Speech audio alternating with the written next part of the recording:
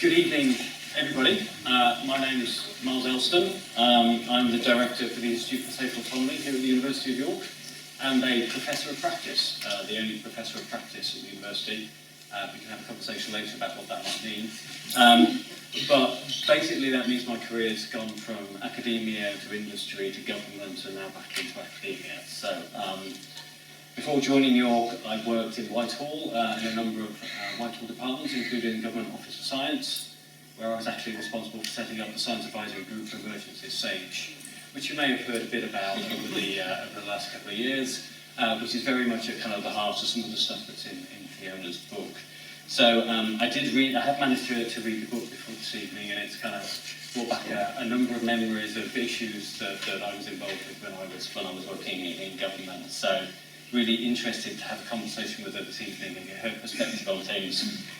She kind of vaguely remembers working with me about 15 years ago when we were looking at swine flu, but not much more than that. So I'll do the introductions to Fiona in a minute, and then we'll do a little bit of a Q&A conversation here, and then open it up to the audience for questions and comments.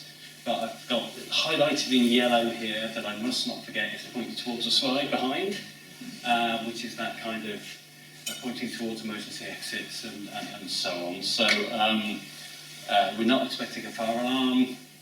Should one sound, please follow one of the members of the university staff, and they'll take you to a safe exit. Please make sure your phones are off or on silent while we do this. And when we do get to questions, there'll be roving mics. We're being recorded for kind of later broadcast on YouTube. So we'll need you to talk into the mic so that it's captured by the video and stuff. Okay, so on to Fiona. So the speaker this evening is Fiona Fox. She has a degree in journalism and many years of experience working in media relations at high-profile national organisations. Her career includes stints at Equal Opportunities Commission, the National Council for One-Parent Families, and the CAFOD, which is a leading aid agency. And really what we're talking about today is her role as the founding director of the Science Media Centre, which was established in 2002. And it's become an indispensable resource for science journalists, which we'll hear a bit about during the evening.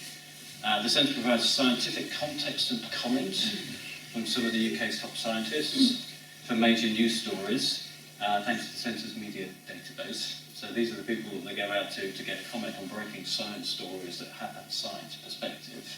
And the database has over 2,300 experts in it.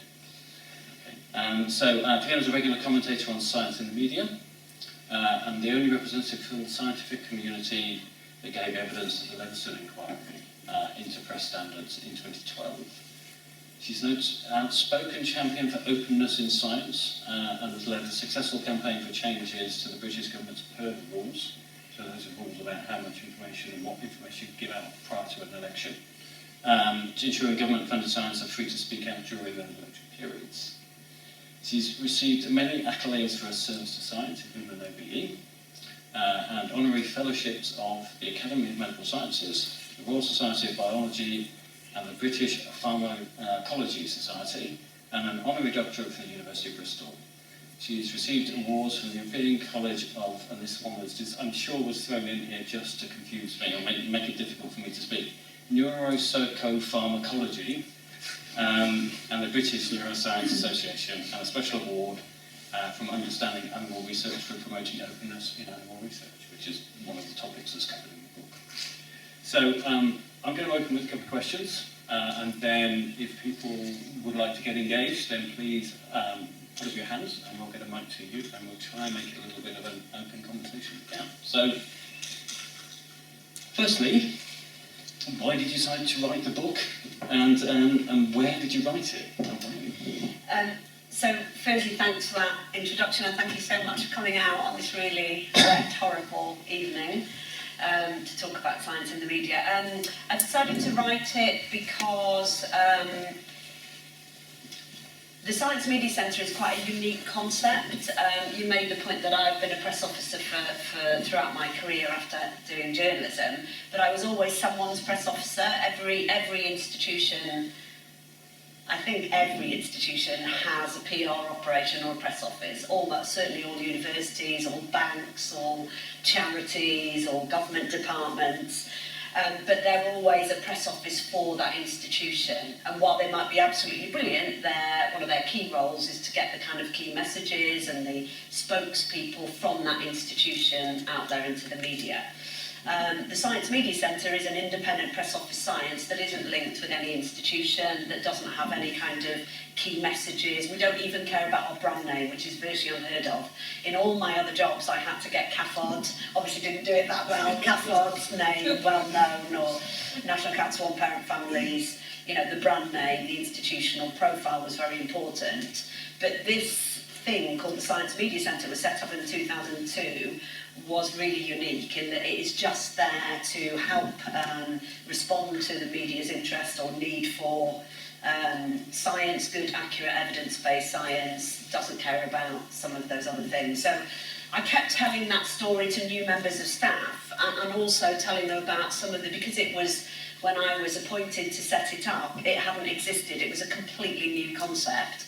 And so we kind of put it together, and that's really a lot of what the book's about, through the stories we encountered. So each of these big stories, like the farm-scale evaluations on GM, like discovering that universities did not speak about their use of animals in research, like ClimateGate, where poor Phil Jones from UEA had all his emails. That these big kind of controversial stories shaped what we decided to do, shaped our values.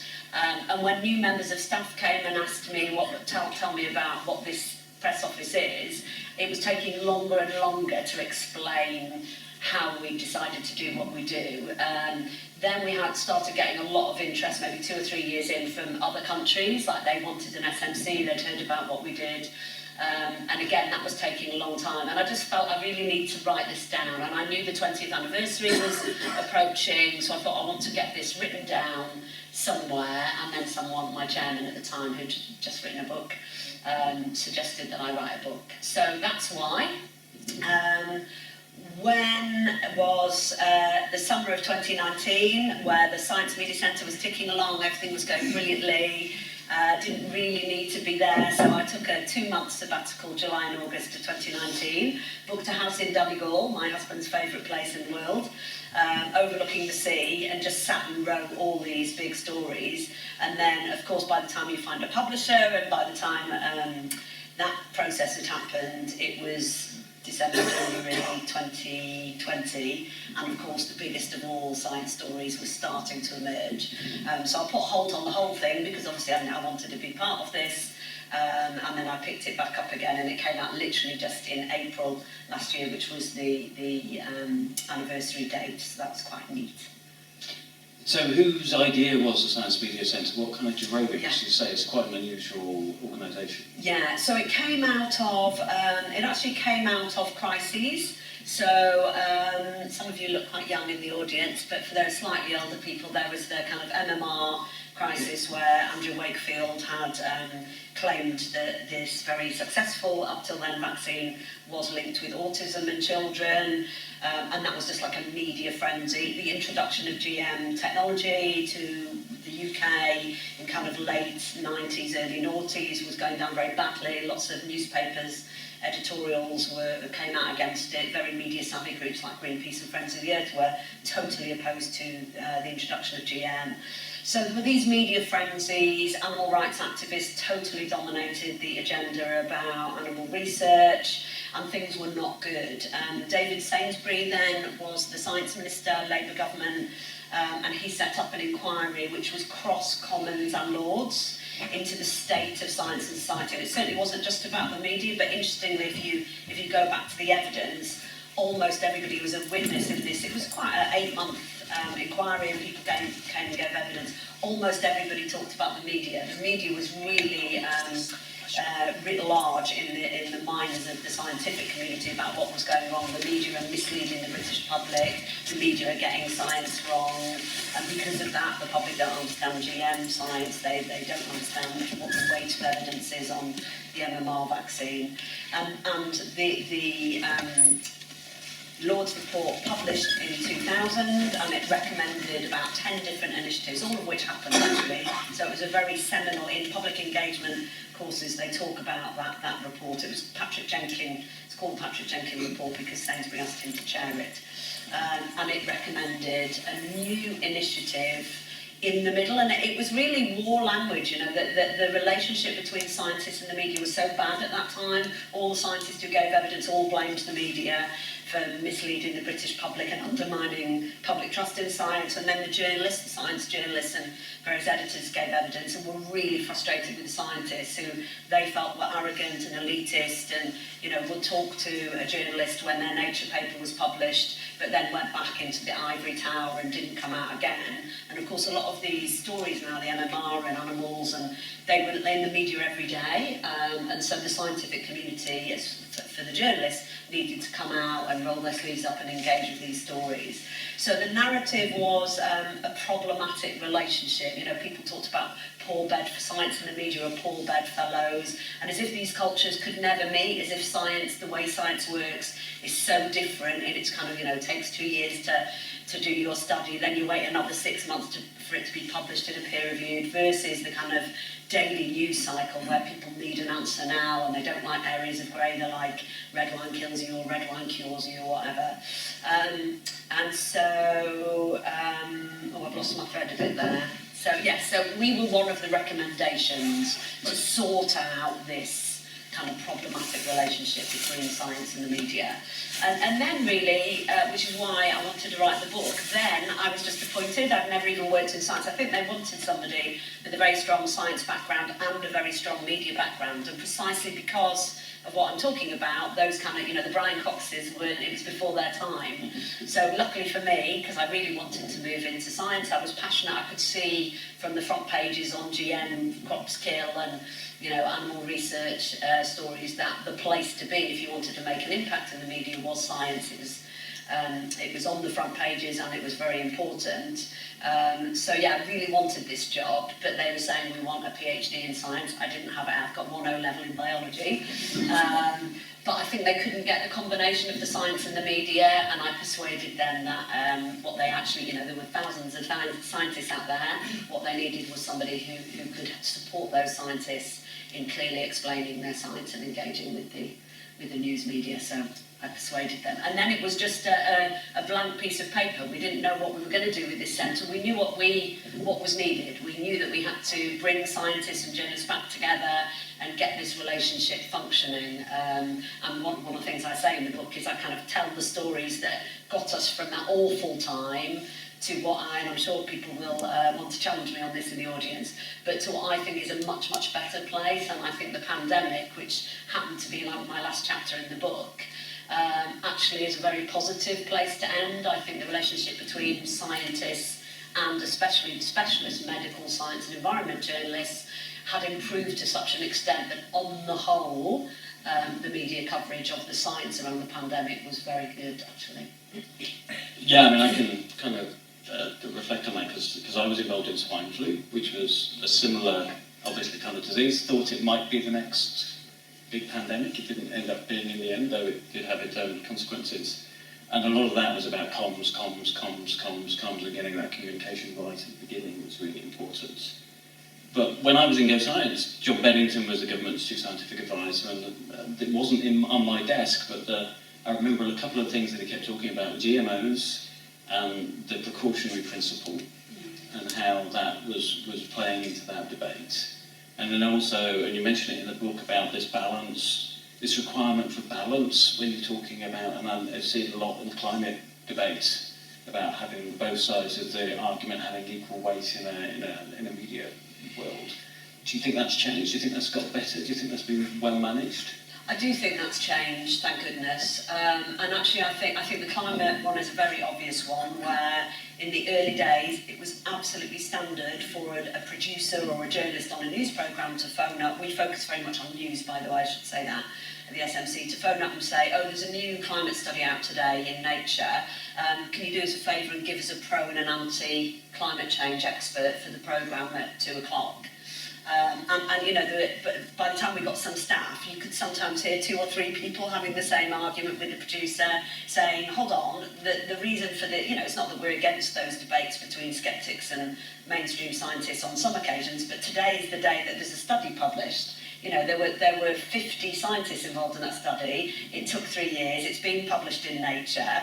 Just get 2 people to talk about that study, from, you know, get the statistician on the study and the, you know, I don't know, the climate researcher on it to talk, and then you'll have different perspectives. Don't, you know, repeat every single time the 2 sides. But when I did my degree in journalism, you're trained to do balance, and of course for political reporting you absolutely have to do it. I mean, there's rules in the BBC that you have to have equal hours, especially in the run-ups to elections, where you give each of the political parties the same amount of space, and you know, that all of that soul-searching about Brexit, did they have the right you know, numbers of pro-Brexit and pro-Remain people, because they have to do that balance. Our argument is that just doesn't work for science, because still the media is trying, at its best, is trying to bring the public to a closer understanding of where the truth lies. And in science, in politics, it's ideology, so you have to thrash it out and see who wins the election. In science, there is evidence, there is some version of truth. And so, you know, having a balanced view is not taking the journalist. And I think actually MMR was a classic example of this, because I remember when we opened, the ESRC, the Social Sciences Research Council, published a poll, which I think was the most damning indictment of that debate, whether you say it's of the scientists not engaging or of the media. But it said something like 52% of the British public felt that science was divided, split down the middle about whether MMR caused autism. I mean, that's phenomenal. It's amazing to me that anyone would have their children vaccinated if they actually thought that medical research was split down the middle. That means that half of medical research thinks that this MMR vaccine could give your child autism. You know, one of the most awful things that you could do, where you lose your child at the age of 2 if it's extreme autism and you don't have a relationship. I mean, what a terrifying prospect that is. The truth was, of course, 99.99999% of people in medical research felt that this was a safe vaccine. So that was our big lobbying campaign, and even though we're a press office and we help journalists, we also always talk to editors and really lobby. And I think the whole scientific community really drove that message home, that balance does not work when it's science. You need every presenter, every radio programme, every newspaper has to reflect where the weight of evidence lies, even while not censoring the voices of sceptics or, you know, the maverick scientists who think a vaccine is damaging children. I don't agree with censoring them at all, but put them on and say very clearly to the audience, however, the scientific consensus on climate change points in this direction. But then that brings up the kind of issue of uncertainty. And evidence is, it's very rare that there's an answer that's certain. There's always some level of uncertainty, and you know, we had to deal with that, trying to give advice to senior policymakers on emerging issues that we didn't really have the science to support. How do you think that kind of plays into the debate, and how should uncertainty be handled in these kind of situations? Well, I mean, you made the point that the book is a lot about openness and described me as a champion for openness. And this is an argument I've had from really early on, because quite a lot of people, and in these debates on MMR and climate change, they want to gloss over the uncertainties. And I understand that. I've got very, very good friends in science who sat on panels with me and argued, you know, scientists shouldn't admit to any uncertainties about, this was at the height of the sceptics, which is fortunately quite a long time ago, but the scientific community should never be saying there's any uncertainty in climate science. They should be saying the debate is over, the physics is settled, the science is settled, the climate is changing. And I felt, I was just entering this whole world of science, and I was learning some of the kind of values that I really liked about science that you didn't find in politics, where people start with an ideology, a strident position, and then find the evidence to fit it. I felt that there was something about science that was really different here, that you don't start with your ideology, you start with your hypothesis or your question, and at its best, you set up an experiment and you test whether that, and your personal views shouldn't influence the outcome, because the experiment or the research is so well designed that it will give you the right result irrespective of your view. So for me, these people saying we've got to drive home that MMR is safe, that the climate is changing, when there were ranges of uncertainty, felt really wrong. And I'm also somebody who tends to believe in the intelligence of the public. I know a lot of my friends get cross with me for that, and there's plenty of examples where it doesn't work, but I think the pandemic was, there was so much uncertainty. And I think, put it like that, I can make my case for being open about uncertainties. I think my stronger case is the dangers of suppressing those, because I think that gives the gift. MMR doesn't cause autism, I do believe that, but we still don't fully know about COVID vaccines, do we? I don't know if people have been following the debate in the last few weeks from Malhotra, who's a cardiologist who thinks that the COVID Pfizer vaccine led to his father's heart attack, and Bridgen, this Tory MP who's been standing up in the House of Commons saying that he thinks there's real health issues. Now, I think they're both wrong, but we've only had this COVID vaccine for a couple of years, so to go out there and say it is safe is just a gift to anti-vaxxers, because what if, we know it causes myocarditis, we know that, and there are a few questions about the kind of longer term impact of people who have the myocarditis that's caused by the... So really it's an argument of risk-benefit, because those cases are easily treatable and tiny, tiny numbers compared with the ill effects of a bad COVID infection. So that's the argument, is risk-benefit, not that this is a safe vaccine. So I'm a massive fan of being open, and one of the examples I give in the book to support my case is, do you remember when, I find it hard now, even though it's only a couple of years ago, to remember all the different bits, but do you remember when the issue of the day was whether or not teenagers, it wasn't young children, it was kind of 11 to 16-year-olds should be vaccinated. So at that stage it was only adults, and then there was a big question whether they should be vaccinated. JCVI, which is the body that recommends vaccination, actually came out and said, on balance, no, on the basis that those young people aren't badly affected by COVID, they don't get ill very much, they certainly don't die, and yet these vaccines do have some side effects like myocarditis and the blood clots with AstraZeneca. So they said no, but they gave the decision, or they said we're very happy for the 4 CMOs of the 4 nations to look at this from a wider, because JCVI's brief is the individual risk to the individual person.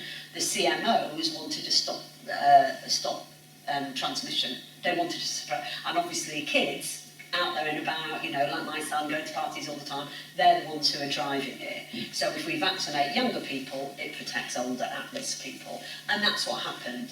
2 days before that happened, I'd had a tip-off from my friend in JCVI, we're going to come out and say no, and the government are going to say yes. I spoke to a journalist from the Times and said, I couldn't tell him what I knew, but what would happen, do you think, if JCVI recommended one thing and the government said, he said, that can't happen, that's not going to happen, you're absolutely naive, that's not going to happen, because they couldn't let it happen, it's too confusing, the public wouldn't be able to understand it, it'd be a nightmare, the public can't understand that level of sophistication. It's exactly what happened, and for the next 2 or 3 days, I obsessively watched TV, listened to the radio, and there were loads of vox pops, and it was amazing, like these, working class people interviewed on the street, asked, like, what do you think about the fact that one group said you should, and they were saying, well, that's because those people have to make a decision on an individual, and they basically repeated back very accurately what then said it's a very tricky decision, and yes, they admitted that this these different views might make me think twice about whether I have my 12-year-old vaccinated. So, of course, uncertainty wasn't as straightforward as get your child vaccinated, but that was for good reason. So my feeling is that the public can actually cope with a high level of sophistication, and that being open and not hiding the uncertainty longer term is a much better approach. Okay. No, interesting, because I was involved in a lot of those conversations kind of on the inside for swine flu about do we buy vaccines, do we buy antivirals, and you have to make those decisions very early on in the process when you have virtually no information about the disease. So there's no information, you have to make really quite significant decisions, and there's always a balance of whichever way it goes. And having worked with JCVI on flu vaccines and various other things, there's always that balance. But interesting. Okay, so kind of, when I was in government, the thing you always worried about was how whatever you said was going to be presented on the front page of the Daily Mail. So that was your criteria that you always had running in the back of your head when you wrote an email about freedom of information and so on and so forth. How did you kind of make sure that what you put in here was kind of legally kind of accepted by the publisher and you didn't stray too far in the critical or potentially legally damaging side? I didn't worry about that. I left that to them to worry about. They taught, so there were 2 or 3 different publishers who were interested in the book. That's all new to me. It's a bit like The Voice, you know, they kind of bid for you. And one was saying, we can get this out within a few months and we can sell it in the States. And actually the one I went with was this independent publisher who, my agent said to me, they take on about 10 books a year, but the books they take on, they spend a lot of time on. And they legal them, and so that was one. I'd never written a book before, I don't want to write another one again, ever. So I liked that idea that they had their lawyers, and I have actually, probably shouldn't say too much about it, I have actually got a legal issue at the moment from some of the animal rights extremists, so that'll be interesting. But yeah, on the whole, they've got good lawyers who looked at it all. I mean, I think I was more worried, and I got my chairman, he was the only person to read the whole thing through before I sent it to the publisher, and that was about reputational damage, and you'll note like there's a bit in there about the government people coming to see me late at night to tell me that I couldn't get involved in a story about the transport of animals for research. It didn't suit the government to do that, they didn't want me to do it.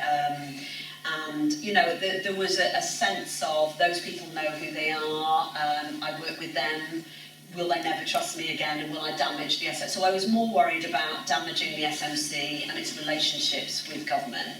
I mean, we don't have very close relationships, and we are, first and foremost, we're independent from government, which is a lovely position to be in. But I didn't want Patrick Vallance to never speak to me again, or Chris Whitty, which so far hasn't happened. So I was more worried about that, but yeah. Okay, cool. All right, so on a different point, you talk about how it works well in some universities, doesn't work so well in other universities in the book. You actually did, I think, with every university you mentioned explicitly. No, I mentioned a few universities as doing well, but I put the example that I use of a good university happens to be York, and it's not why I'm here today at all.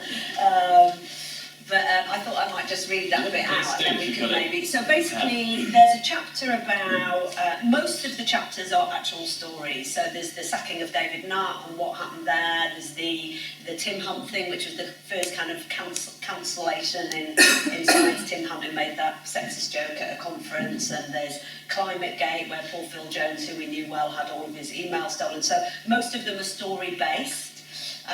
But right at the end of the book, on my kind of lobbying chapters, I suppose, my manifesto, somebody said it's part a memoir, part manifesto. And one of the manifesto bits is about this breed of press officers that I met 20 years ago when I came in, that I really fell for, because in my world, I'd never been a journalist. I studied journalism, but I became a PR officer. And your job was almost to exaggerate and force things onto the news agenda. And especially if you work for an organisation that didn't have a high profile, your job was to slightly hype, slightly exaggerate in order to get your issues into the media. I come into science and I meet all these university press officers who most of them have got a science degree or a PhD or even postdoc, but have decided they can't stay at the bench, but they really want to stay in science communication. But their starting point is very different from any other press officer I know.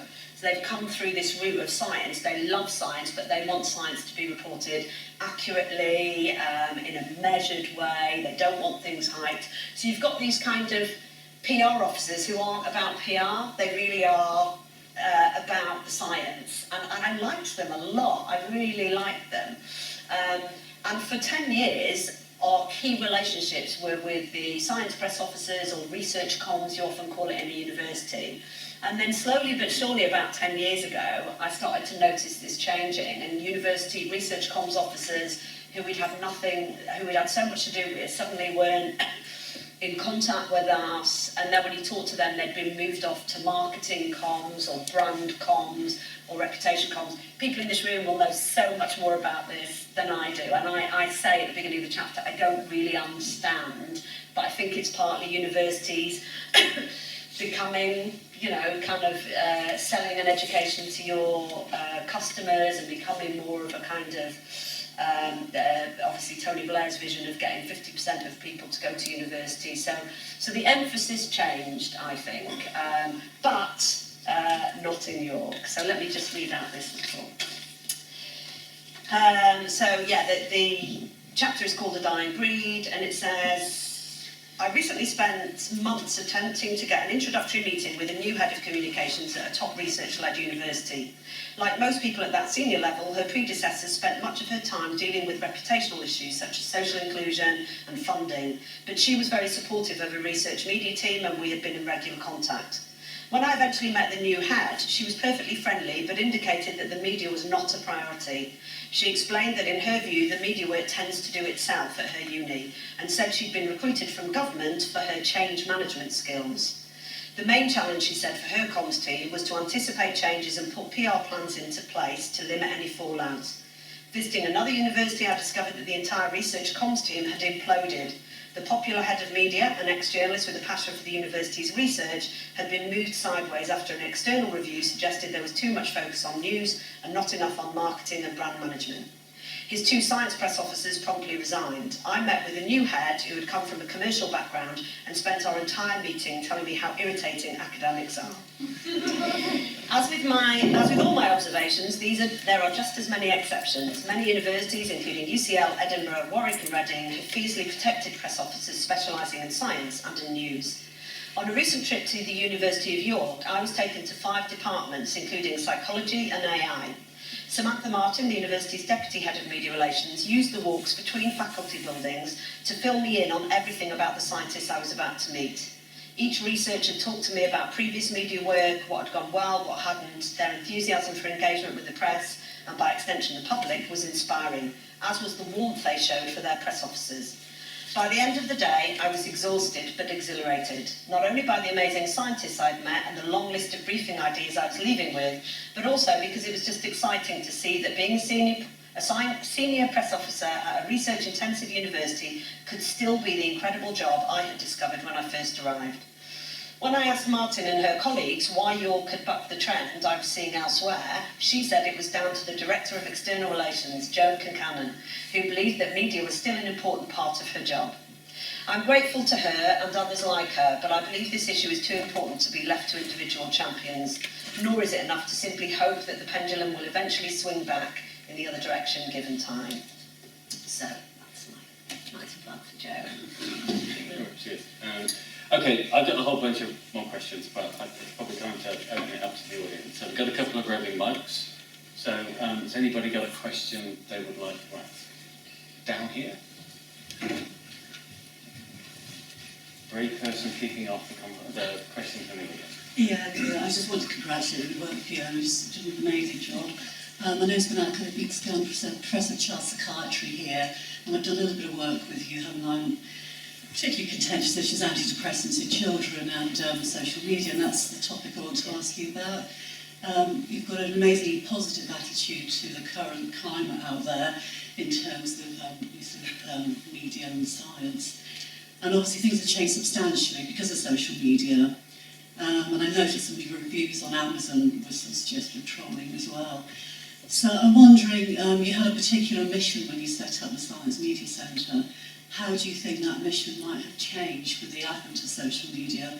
Because with all your discussion around communications via press officers, we know a lot of this happens on social media, and misinformation happens on social media. So that's one question to you, what your reflections are and thoughts for the future as how we can combat that entirely new challenge. And then the second point, you talked about academics and ivory towers. But my experience is most of my colleagues don't want to do any media, and particularly so now because of the fear of getting trolled. How do we get people out there to present a balanced view? When you more like to get people out there who might want to present biased views, but yet something else you haven't actually spoken about bias within science as well, because it's not just about drug companies, it's personal biases. So lots of sort of things I'd really like to hear your thoughts on. Yeah, they're really interesting. So antidepressants is a depressing subject.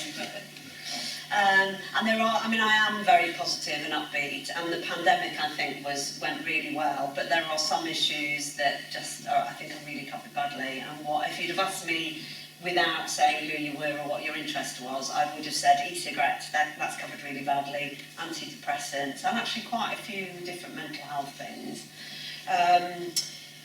In terms of our mission, we are 20, and we decided to kind of look at ourselves in our 20th year and did a kind of strategy refresh and looked at whether, given that certainly young people are moving to social media as an audience and the impact of social media on these debates, should we be refocusing? We actually decided not to, which was really interesting, and I feel that it was the right decision, partly because we're so small. So there are 5 press officers and I have to do all the fundraising. I don't want to be 15, I don't want to be 20, I want to be very good at what we do. So part of it was various experts on social media saying, don't do a bit of social media badly. Either close down the news operation and tackle social media, which is a huge beast, or keep doing what you're doing, but just keep monitoring the impact of social media. One of the first things we've done actually to see whether that's a credible position, is to do a survey, which we've just got the results of in the last few days and we'll be publishing in the next week or so when we've had the analysis with Ipsos, about trying to work out whether journalism, so say we do news, we're the Science Media Centre, we focus on the news media, and that's journalism. So there is still a thing called journalism where they're in a newsroom, where they have certain values, certain standards, they've got to be impartial, they've got to be balanced, they've got to be... So the journalism, what level of journalism is getting onto social media? And actually it's really interesting, and it was partly driven by my old son, who's now 23, who's never read a newspaper in his life, doesn't look at television news, any of those things, but who sits there all day on his phone and tells me stuff, breaking news, breaking news. Now he's getting it off his mates on Twitter, but when I grab his phone, when you look at the tweet, it's linking back to The Guardian or the BBC or the whatever. So we have decided that we're going to keep our focus on the news media, but with a view to driving journalism onto social media. So there'll be everybody having a wild time and making accusations and saying vaccines kill you. That will all still be there. We're not going to stop that. But amidst that, there will be this kind of edited, curated, accurate-ish stuff in the mix, and that's the bit. So if we get you, scientists in this room, and I hope those of you who aren't on our database, please do join our database. If we get you and your views and your evidence into the mainstream news media, but work with them to drive that onto news media. And the other thing we're going to do this year is we're going to go around to every single news organisation saying, what is your plan? So actually on e-cigarettes, for example, we did a briefing just before Christmas, and ITV News's clip from the briefing was on TikTok. And it does say in the far right corner from SMC briefing or something. So a lot of news organisations are not there yet. The BBC are actually hopeless, absolutely hopeless. But they cannot survive unless they get, and journalism will be forever undermined unless they start getting journalism onto social media.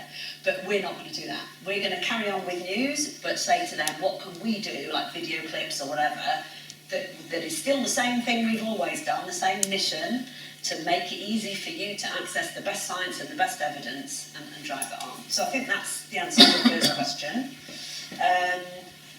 Yeah, on the second one, I mean, this is really, so what is one of the SMC's major roles is to remove the barriers that prevent scientists from speaking about their areas of expertise to the public. That's why we exist. 20 years ago, or 25 years ago, those barriers were culture. You just didn't do it because you're academics, or your heads of department didn't want it, or your funders didn't want it.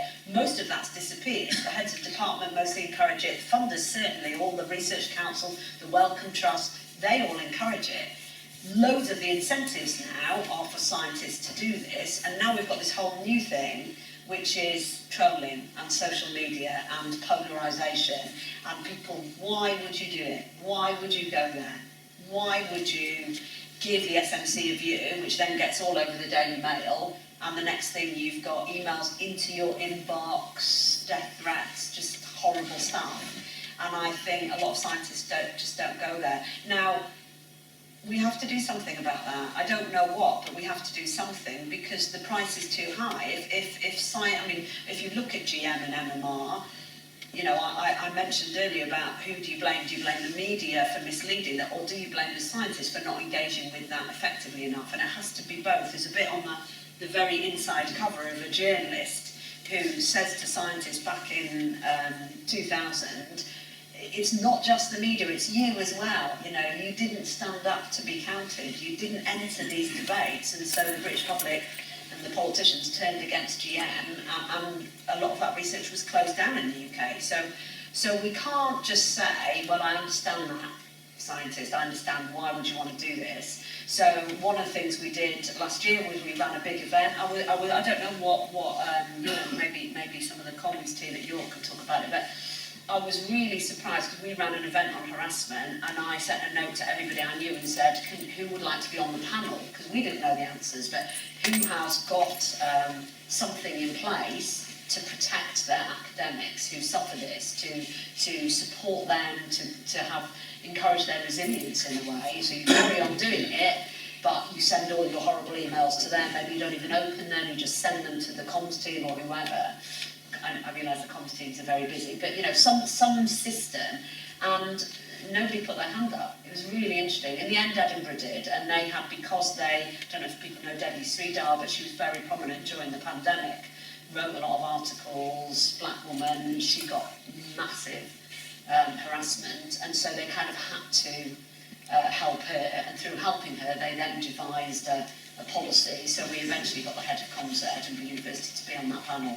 But it was very strong. I think it's a relatively new issue maybe, or universities are just too busy. But so now what we're trying to do is get some funding, and maybe the other thing is this is absolutely a global problem, so our science media centres in Germany and Spain and Australia and New Zealand are dealing with it. So hopefully we'll get some money from Google or something, and we will have resources.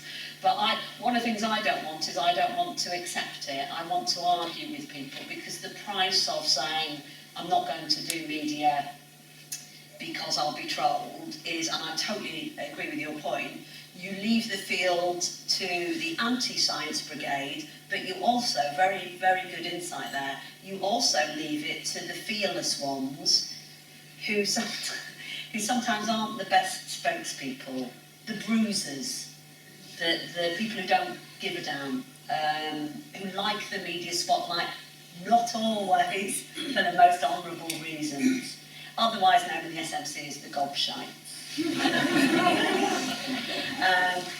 And that upsets me, because we've always wanted the good scientists, the scientists who do actually want to be in their lab doing the science, but who see it as their responsibility to come out and, as publicly funded scientists, answer questions and do media. And that's a different perspective, isn't it, of just, I like media, where's my next interview? So thank you, great question. Okay, other questions? Okay.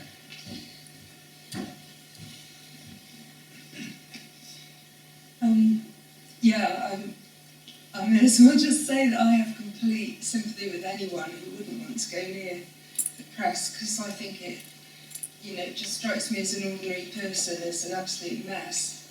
And one of the things, when you say we need to do it differently, one of the things that strikes me is that, okay, obviously the media aren't running the country, but if you're running a business, you get key statistics every week, you get a monthly report, you know what's coming, you know where it should be, where the parameters should be. If you compare how we're supposed to understand the world from the media, it's just a complete mess. The only thing that's ever consistent is that you see the weather every day, and it's actually quite reliable. Whereas there's loads of other things that could be reported in a really sensible, regular way. And I understand that it's competitive, and you've got BBC, and you've got other, all competing, but has there been any moves on that you're aware of to sort of get a more structured, sensible approach, if that's not too mad a question? It's not a mad question at all. A couple of points on that. One, I think, having said that the Science Media Centre has decided to stay with this very, very narrow focus on news, that is not at all because we think news is the best place. Not at all. It's partly because, like I said about lots of universities and research institutes, they now have this fantastic opportunity of getting their stories of their science or their key messages or their lobbying to their key audiences in different ways, and that is an entirely good thing.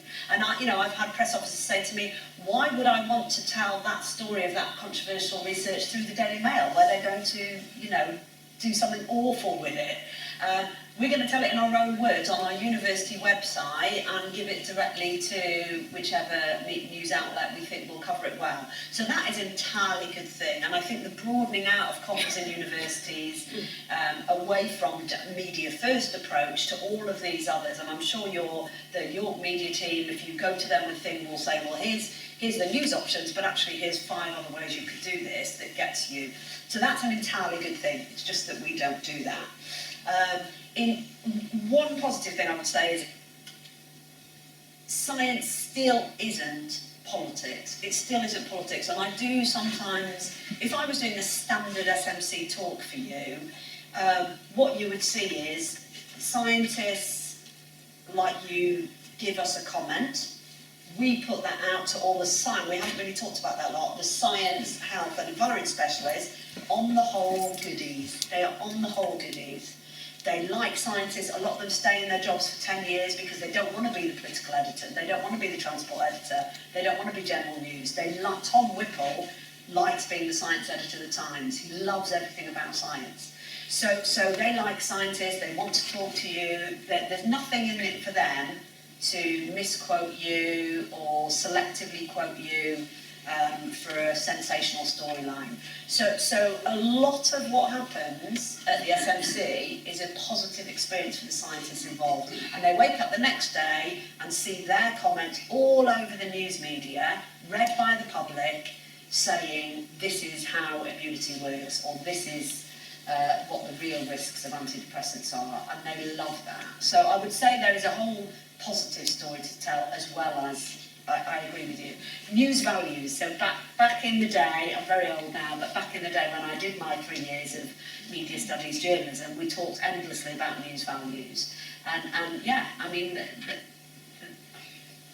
it's bizarre. The Daily Mail tells you we do everything because that's what the public want. Is it because of what the public want, or is it because you give it them? Do we really want this much on Harry and Meghan? Do we really? No. Although I just heard in the cab about it was an amazing stat that it's the biggest sales today of any other book, and I thought that can't be true.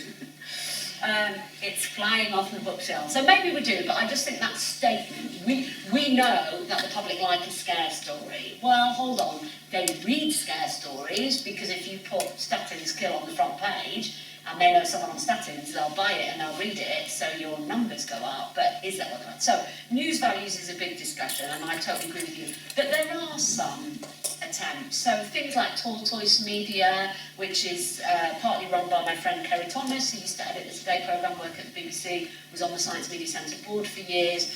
That is an attempt to do things differently, to do more analysis, to do more long-form journalism. Young people subscribe to that. I don't know if anyone in the room is subscribing, there's people nodding. They have things like teach-ins and kind of bring young people who are subscribers in to the news meetings in the morning to decide what is it that you want analysis on. BuzzFeed, unfortunately their money ran out. BuzzFeed used to come to our briefings, the science people, but not run the briefing on the same day. So say, you know, water causes cancer in a new study on the BMJ, they would come to the briefing, but they would watch how it played out in every other paper, watch how the Mail reported it, the Sun, the BBC, and then a couple of days later do an analysis of both the findings in the journal and the way the media had reported it. And it was very deliberate. We're going to do news differently. There's now something called the news movement, which sounds fantastic on paper. I just don't know how it's going to work. Carmel Ahmed, who used to be an editor at the BBC, has set that up. There's money around for these things. That's an interesting thing. They're kind of journalism foundations who realise that the economic model for journalism has failed and that we need to get a new. And there's also really encouraging things, especially from the States, where the media is so atrocious on one level in the States and polarisation is, but a lot of young people in the States came back and started paying for good journalism during the pandemic. Subscribing to The Economist, subscribing to the New York Times, and so there's little seeds of hope out there. And the BBC have looked really closely at slow news and longer form, that kind of thing. My scepticism sometimes is that when sometimes you read these articles about tortoise and they sound so wonderful, and then you forget about them because tortoise, actually it did break a big story yesterday, and I can't remember what it was. It was the first one I'd heard for ages. It was BBC and Sky. It was the Westminster account. And some Tesla news content. Yeah, what was it? The Westminster account. It was a story of how money gets into politics. And that was it. That was it. Theresa May was the. Yeah, exactly. And that was the first time I'd heard for a while. It was on the main national BBC News, and it said it was a story broken by Sky and Tortoise. Yeah. So, and BuzzFeed used to do that. They used to join forces with The Guardian and do investigations and things. So, yeah. Okay, given how long the answers are, we've probably got Sorry, time for one more I did tell question. you, I did warn you. The gentleman there in the black shirt, are you still got your question?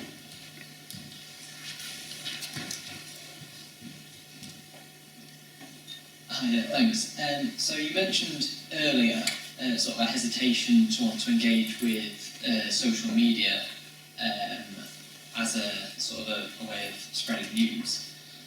But I was wondering if there was sort of a scope for moving into it in the future, because especially sort of people my age and younger, for just as an example, know about the MMR scandal almost exclusively through a YouTube video made by H. Guy. Which is just incredible reporting. I was wondering, is there sort of scope in the future to moving into offering services to social media, so people like Hank Green, who are great science communicators on social media almost exclusively? Yeah, 100%. Yeah, I think we felt like it was too soon for us, but also the skills are so different, aren't they? From being, and we've really noticed this with press officers moving away from news. Then when it came to the pandemic, a lot of them were de-skilled in dealing with a 24-hour news media that needs this and this in this format, in this timeline. So like with scientists, one of the things I really like about scientists is specialisation. Some people don't like that, do they? They say, oh, scientists are too narrow. But there is something wonderful about a scientist choosing an area to research and becoming a real expert on that, like no one else. Politicians move departments every few weeks, and I have a high regard for that specialism. We specialise in news on behalf of the whole scientific community, and now universities who have got something that they want really big in the news, or they've got a crisis, often come to us and say, we need your help. You know all the news journalists, you know them inside out, you know. So we want to keep that specialism. If in a team of 5, we start becoming specialists on social media and working with these influencers and these presenters who are not journalists, they operate differently to journalists, that's a whole new skill set and will dilute our news skills. So I think it's the decision now. What we want to do is watch where the audience goes. So I think if the audience goes and stays there, we absolutely have to go there. We absolutely have to. We don't yet know, do we? We can't yet know because it's still that new, you know, do we all, like, I make all my new young colleagues listen to the Today programme. They absolutely hate me for it. They like 6 Music or that one. And I say, you work at the SMC now, you wake up at 7 o'clock, you put the Today programme on because it's an agenda-setting news programme, every news item. But other people don't listen to BBC Radio 4 during their 20s and 30s, but they do come back to it. That's the bit I think we don't know. So if you know, one of the things, Will Moy, who's the head of Full Fact and very into social media, he's on our board, and one of the things he said is, right now, the SMC's goal always has been, you asked about the mission, it's always been the wider public. So we're not chasing the science curious, we're not chasing, you know, policy makers. We want to influence public attitudes to vaccination, public attitudes to antidepressants, public attitudes to climate change, the wider public. And to the extent that you can reach a large percentage of that, you're still better in the news media, with what I said, that caveat of the news media feeding into social media, than you are stopping the news media and going to social media. But 100% we have to monitor this, and yeah, I can see a situation where we've got very exclusive lists. You don't get on our media list unless you work for news media. I can see a situation where we could go and see some of these influencers with huge followings and say, would you ever come to one of our briefings? You know, they're very efficient, they're 1 hour, you'll hear from 5 scientists, you'll get everything you need to know about that subject, you can take clips from it. I don't know whether they would say yes to that, but if they would, then it'd be bonkers for us not to extend the offering to them. But yeah, it's just very different, and I think monitoring it, talking to the news media. At the moment, we're kind of relying on the news media doing what you're saying. The news media will be reaching those people and making sure that they occasionally mention ITV News or Sky News or whatever, and that's the way in. But in the end, maybe we will, you know, maybe in 20 years we don't do any news media because it really is, you know, a thing of the past. But I don't think we're there yet. And it was interesting that some of the spikes of people returning to traditional, I mean, people call it legacy news media, which I don't like. But people returning from social media to trusted sources at key times of the pandemic. Now that went very high at certain stages, and then people got fed up again and went back. But I think that there could continue to be spikes where, yeah, you have fun on social media and you love your influencers and you'll never miss them, but actually when war is declared in Ukraine, you don't want to just hear what any old person thinks of it. You do actually want to hear from the you know, foreign correspondents at Sky News, because they've covered that region for 30 years and you know that what you'll be getting is more reliable. That's what I hope. I mean, I openly hope that journalism and the news keeps its place, because I think it's a good thing. Like science is an important part of this thing that makes up society. I think journalism at its best and science at its best are distinct things, and I'd like to keep both of them if we can. But I won't be standing there saying I'm there, you know, on the beaches with news media if no one's listening to it, because ultimately the mission is to make it easier for the public to get expertise from people like you, and if that's in social media, then we'll go there. Yeah. Okay, as expected, we've exactly hit the timeline for that last question. So we'll draw a line there. I think there's lots of, we've really only skimmed the surface of the kind of topics that we could discuss, I think. So thank you very much for talking to us and answering questions today. And thank you to the audience for coming out, as Fiona said, on a wet, cold, windy Yorkshire day. I was told when I came here that the sun always shines in York. I was lied to. And if you did enjoy this evening, please consider there's another event tomorrow that I believe you're here Yes. for, as part of the York Talks, which is a broader event running tomorrow. And then there's the wider York Talk events that happen from the university that covers a whole range of all the kind of research that we do here. So please go to york.ac.uk/events if you want to get involved in some of that. So with that, I'll draw the evening to a close. If we can thank Fiona in the traditional manner, then that'd be great.